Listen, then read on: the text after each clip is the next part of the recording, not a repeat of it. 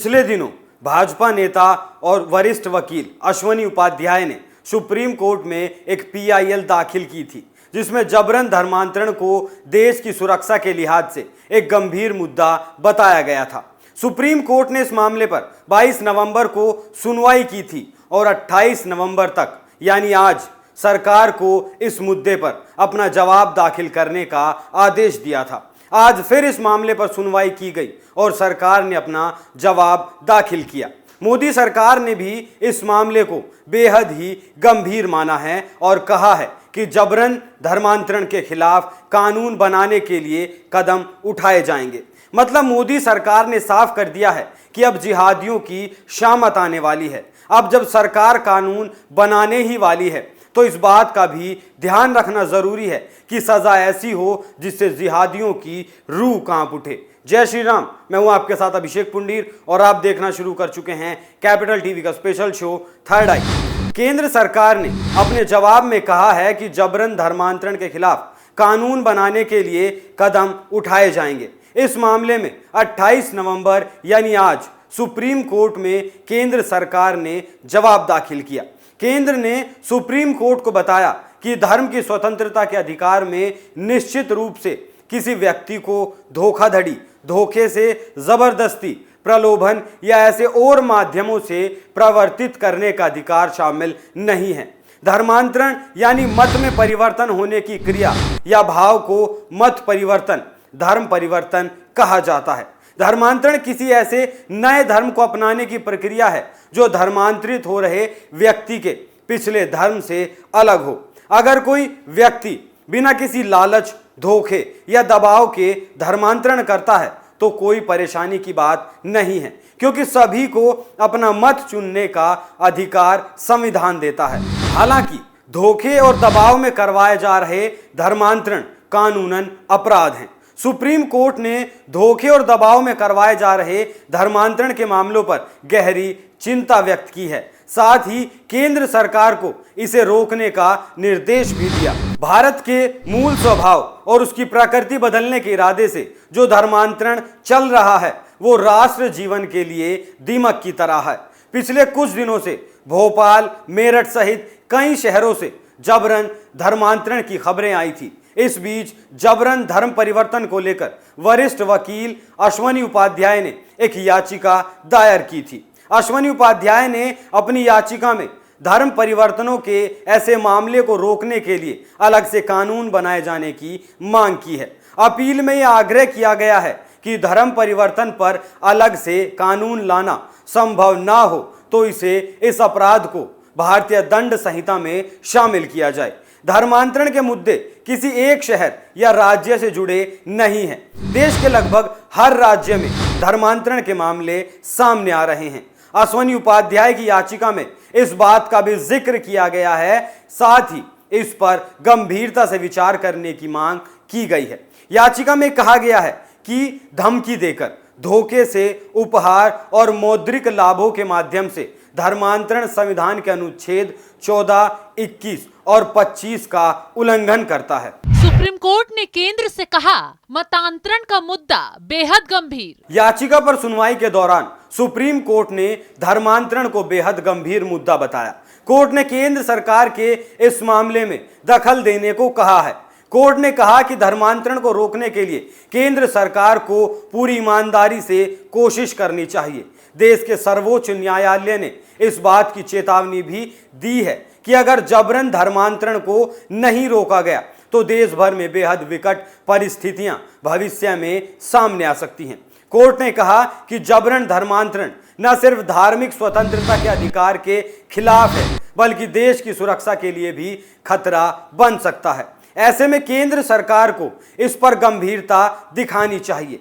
केंद्र सरकार भी धर्मांतरण को लेकर अनभिज्ञ नहीं है। सरकार की ओर से सुप्रीम कोर्ट में पेश हुए सॉलिसिटर जनरल तुषार मेहता ने बताया कि धर्मांतरण के सबसे ज्यादा मामले आदिवासी इलाकों से सामने आते हैं। आदिवासी लोगों को लालच देकर उनका धर्मांतरण कराने के मामले लगातार सामने आते रहते हैं। इन क्षेत्रों को धर्मांतरण का गढ़ माना जाता है। ऐसे में इन इलाकों में धर्मांतरण को रोकना बेहद जरूरी है। क्या है है मतांतरण या धर्म परिवर्तन? धर्मांतरण या धर्म परिवर्तन उसे कहते हैं जब कोई शख्स अपने धर्म को छोड़कर किसी दूसरे विशेष धार्मिक संप्रदाय के साथ जुड़ जाता है। इसके पीछे कई वजह हो सकती हैं। कई बार किसी विशेष जाति के लोग जो ये महसूस करते हैं कि समाज में उन्हें उचित दर्जा नहीं मिल रहा, तो वो धर्मांतरण कर लेते हैं।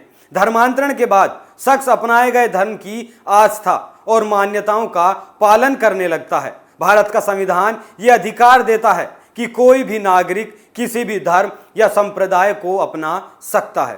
जबरन ऐसे कराया जाता है धर्मांतरण?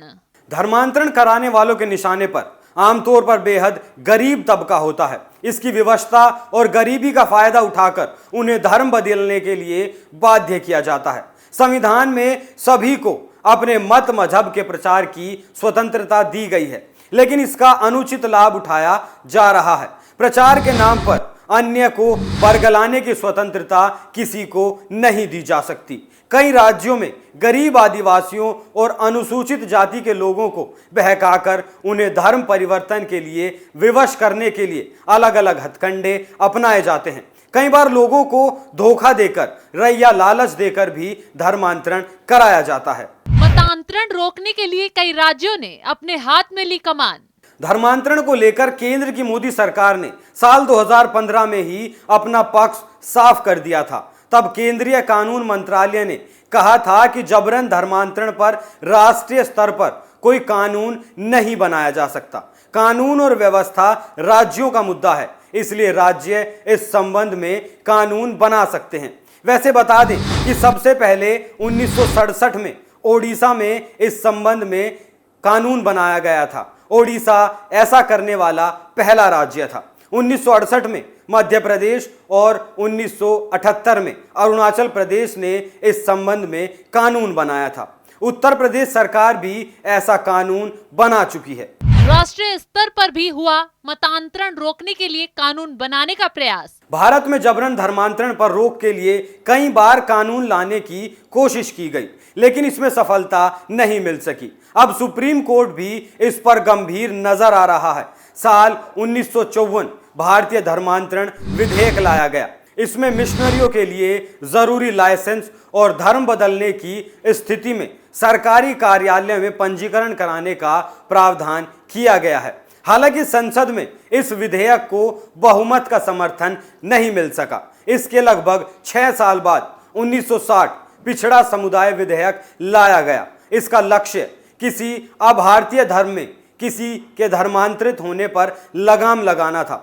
इस्लाम, ईसाई और यहूदी समेत कुछ धर्मों को इस श्रेणी में रखा गया था। साल 1989 में धार्मिक स्वतंत्रता विधेयक लाया गया। इसमें किसी अन्य धर्म के धर्मांतरित होने पर आधिकारिक रूप से रोक का प्रावधान किया गया था। यह विधेयक भी कानूनी रूप से नहीं लाया जा सका। भारत में धर्मांतरण इसलिए भी बेहद गंभीर मुद्दा है क्योंकि यहाँ हिंदू आस्था और विश्वास की जड़ें कहीं ज्यादा गहरी रही हैं। हमारी आस्था को कुचलने वाला कोई भी काम राष्ट्र जीवन को दुष्प्रभावित करता है।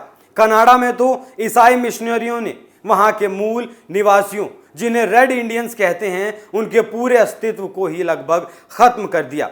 भारत के मूल स्वभाव और उसकी प्रकृति बदलने के इरादे से जो धर्मांतरण हो रहा है वो राष्ट्र जीवन के लिए दीमक की तरह है। ऐसे में मुद्दे को गंभीरता से लेते हुए सरकार को भी सजग होना होगा और समाज को भी। अब जब सरकार को सुप्रीम कोर्ट से भी हरी झंडी मिल चुकी है तो देखना होगा कि सरकार इस बेहद ही गंभीर मुद्दे पर किस रुख के साथ कानून बनाती है। सरकार को कानून बनाते वक्त इस बात को संजीदगी के साथ ध्यान रखना होगा कि कानून ऐसा हो जिसे सुनकर ही धर्मांतरण कराने वालों की रूह कांप उठे। आप इस खबर पर क्या राय रखते हैं हमें कमेंट करके जरूर बताएं। थर्ड आई में आज के लिए इतना ही। कल फिर हाजिर होंगे एक नए मुद्दे के साथ। तब तक देखते रहिए कैपिटल टीवी। नमस्कार।